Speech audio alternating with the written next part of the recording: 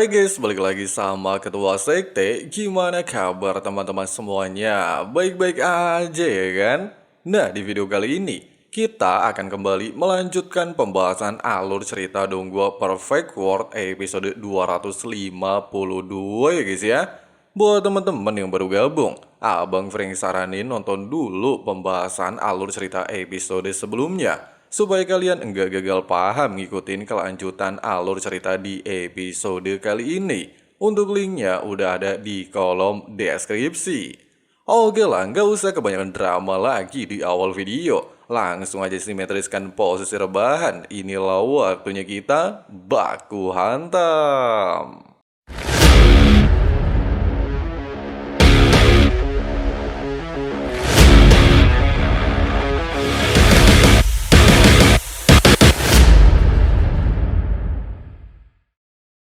Di saat kondisi mulai memanas, bahkan semut kecil berniat memurnikan uang Tianming dengan api perang jalan immortal.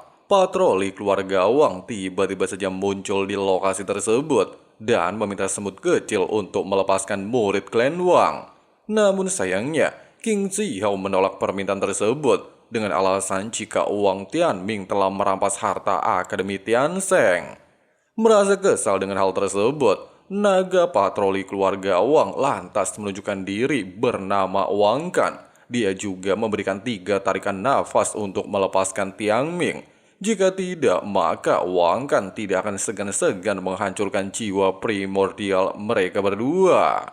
Ancaman barusan tidak membuat gentar Zihao sedikit pun. Pasalnya keluarga Wang tidak hadir dalam perang wilayah perbatasan, namun mengibarkan bendera perang ke negaranya sendiri. Oleh sebab itu, Zihao berniat mengambil darah keluarga Wang untuk membersihkan kebencian arwah para pahlawan. Penjaga abadi menjelaskan, api perang jalan immortal dulunya pernah membakar semua musuh domain asing. Namun jika Wang Kan masih beranggapan hal ini terlalu kejam dan tidak menghormati para leluhur, serta melakukan pemberontakan kepada 9 langit, Zihao memerintahkan seluruh penjaga abadi mempersiapkan formasi 7 pembunuhan menangkap Wang Kan. Tepat ketika patroli masih bersikeras menolak tuduhan tersebut, Zihao lantas mengungkapkan fakta yang sesungguhnya, di mana Tetua Agung pernah mengunjungi keluarga Wang untuk membuat perjanjian dengan Changsheng. Namun dikarenakan mereka telah melanggar aturan, Zihao tanpa basa-basi menggunakan pedang Kaisar Guntur untuk meratakan seluruh murid klan Wang.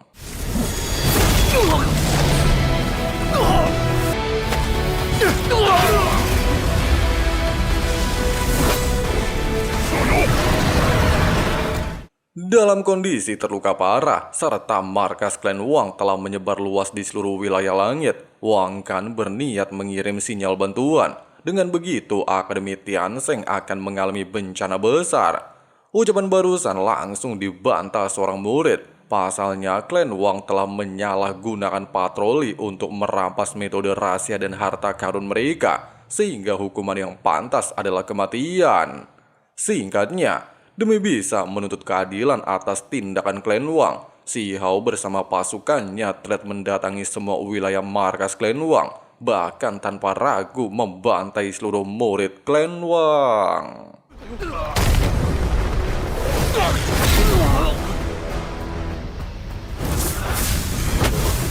Dikatakan, setelah Meng Tianzeng memasuki wilayah perbatasan, keluarga Wang justru memanfaatkan kesempatan merebut berbagai harta di markas Akademi Tiansheng. Hal itu mereka lakukan untuk membantu klan mereka mencapai puncak dunia. Melihat ingatan barusan jelas memancing kemarahan Zihao, di mana seluruh alam berjuang mati-matian untuk mempertahankan wilayah perbatasan. Namun klan Wang menjarah di tengah kekacauan. Menyadari 12 markas telah dihancurkan, seorang naga telah mengirim sinyal bantuan. Kemunculan pasukan elit klan Wang mengepung Akademi Tiansheng jelas tidak membuat Zihao mundur sedikit pun. Dia beranggapan jika tetua klan ingin melakukan pemberontakan dan berpihak dengan wilayah asing, bukannya menjawab. Sosok misterius justru balik bertanya, kenapa dia mendatangi Akademi Tiansheng. Di saat Huang menegaskan bahwa tujuan mereka untuk meminta maaf, serta kenapa klan Wang tidak mengerahkan seluruh pasukan ke perbatasan medan perang bersama Jenius 9 Langit, sosok misterius kembali mengalihkan pembicaraan. Dia meminta Si Hao untuk menyerahkan semua rahasia miliknya, di mana hal itu menyangkut kebangkitan klan Wang. Jika tidak, Master Immortal sekalipun tidak bisa menyelamatkan Si Hao. Merasa kesal dengan penghinaan barusan, Wang Zhen telah melepaskan kartu andalan keluarga Wang. Meski dia sendiri tidak ingin melanggar perjanjian yang telah disepakati Meng Tianzhen, hanya saja dikarenakan Huang menindas muridnya, Wang Zhen beranggapan tindakannya terlalu berlebihan. Tidak ingin melanjutkan perdebatan, serta klan Wang memiliki kemampuan memutarbalikan fakta, Si Hao lantas menegaskan jika mereka semua memanglah pantas dihukum mati. Bahkan dia juga memiliki sanksi. Menyadari Si Hao memiliki sifat keras kepala, Wang Zhen dengan senang hati mengajak Si Hao mendatangi altar untuk meminta maaf. Dengan begitu nyawanya akan selamat. Namun semut kecil menolak tawaran Wang Zhen dengan alasan tujuan mereka pastilah untuk mengambil kitab keabadian. Tepat di saat Wang Zhen terus memprovokasi klan semut tanduk langit, bahkan memancing kemarahan semut kecil, Si Hao menganggap ucapan Wang Zhen terlalu berlebihan. Pasalnya di zaman era Asian Immortal, klan semut tanduk langit sudah membuktikan Dao dengan kekuatan. Meski belum mencapai Immortal King, namun klan semut bisa membunuh Raja Abadi, bahkan memaksa beberapa Raja Abadi untuk menyerang bersamaan. Terlebih lagi, semut kecil adalah anak 10 keganasan dan keturunan langsung Immortal. Jadi bagaimana mungkin Si Hao menerima penghinaan tersebut? Tidak lagi menemukan jalan perdamaian, bahkan keduanya memiliki sifat keras kepala. Baik Si Hao dan Wang Zhen telah mengerahkan seluruh pasukannya untuk berperang.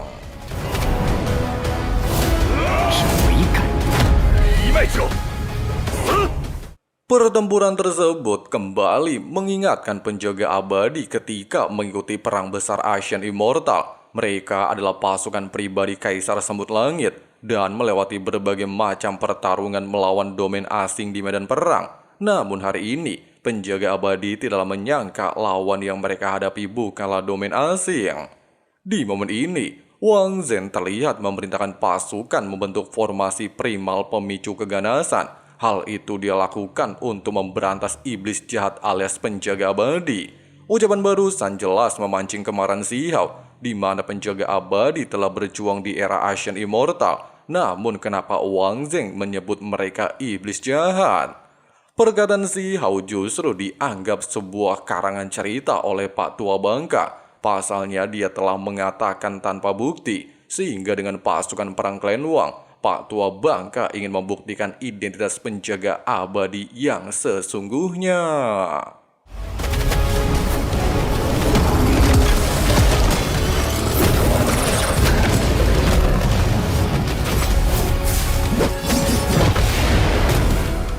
Meski dalam kondisi terdesak, Wang Zhen telah menggunakan dekret klan Wang untuk memblokir kemampuan penjaga abadi serta mengaktifkan semua formasi. Namun sayangnya di bawah kekuatan bendera perang Immortal, penjaga abadi berhasil menghancurkan formasi klan Wang. Penjaga abadi lantas mengatakan, walaupun bendera perang Immortal telah rusak, bahkan menyisakan 5 orang, hanya saja bendera tersebut masih tetap ada. Oleh sebab itu, Ucok segera melepaskan bendera perang Immortal dan tiba-tiba... Di saat penjaga abadi menegaskan untuk menyerahkan diri, Si Hao lantas memberikan fakta sesungguhnya, di mana pahlawan terdahulu membangun benteng perbatasan dengan tulang dan darah. Namun klan Wang justru menghunuskan pedang ke negaranya sendiri, sehingga Xiao beranggapan jika tindakan klan Wang tidak jauh berbeda dengan pengkhianat. Wang Zhen beralasan kalau semua itu hanya salah paham, di mana 9 langit dan 10 bumi akan runtuh di tangan domain asing, dan hanya klan Wang saja yang akan menjadi penguasa di tempat ini. Oleh sebab itu, dia segera mengirim sinyal bantuan.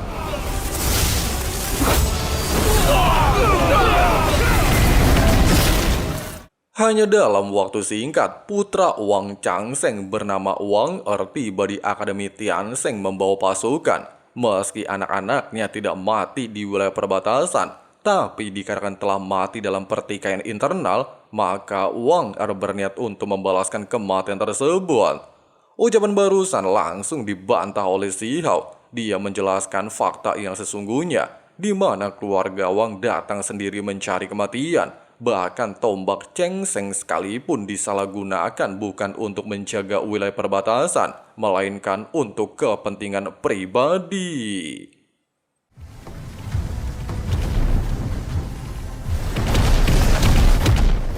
Dengan adanya senjata leluhur klan Wang, Wang Er terlihat merasa di atas angin. Dia berniat untuk menguji kemampuan Si Hao, bahkan memaksanya menggunakan Drake leluhur keluarga Wang untuk menyerang Si Hao.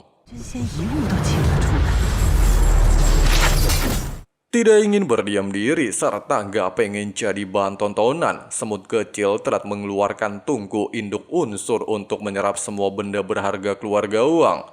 Tepat di saat Wang Er berada dalam kondisi terdesak, beberapa tetua lantas memberikan bantuan, sehingga Wang Er terbebas dari tungku induk unsur. Meski aura tekanan senjata immortal memiliki garis keturunan semut tanduk langit, hanya saja tubuh asli terkubur di bawah tanah, dan belumlah waktunya untuk muncul ke dunia. Oleh sebab itu, Wang Er berniat untuk menguji kemampuan semut kecil, tapi...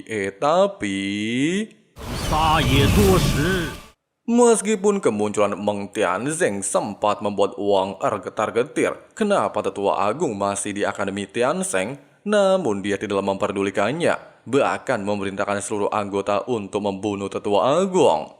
Bukannya gentar menghadapi serangan tersebut, Meng Tianzeng lantas menggunakan bendera immortal untuk menghancurkan dekret leluhur klan Wang, serta dengan mudah melumpuhkan Wang Er.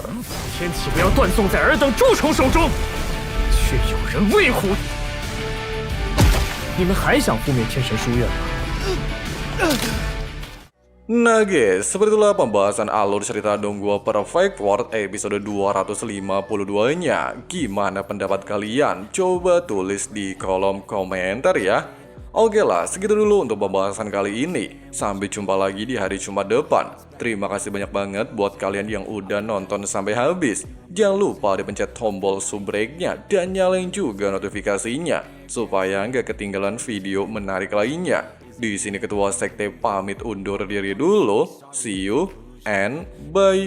Bye. Solutions. I wish you loved me like I love you. It's stupid. When I'm alone with you, I never feel lucid. I wish I wasn't struck by Cupid. I wish when I first saw you, I knew this. When I'm with you, I feel so useless. I feel diluted. My heart's been wounded. Silhouettes of you are like a taunt. Never really know just what you want. With you I don't ever feel calm.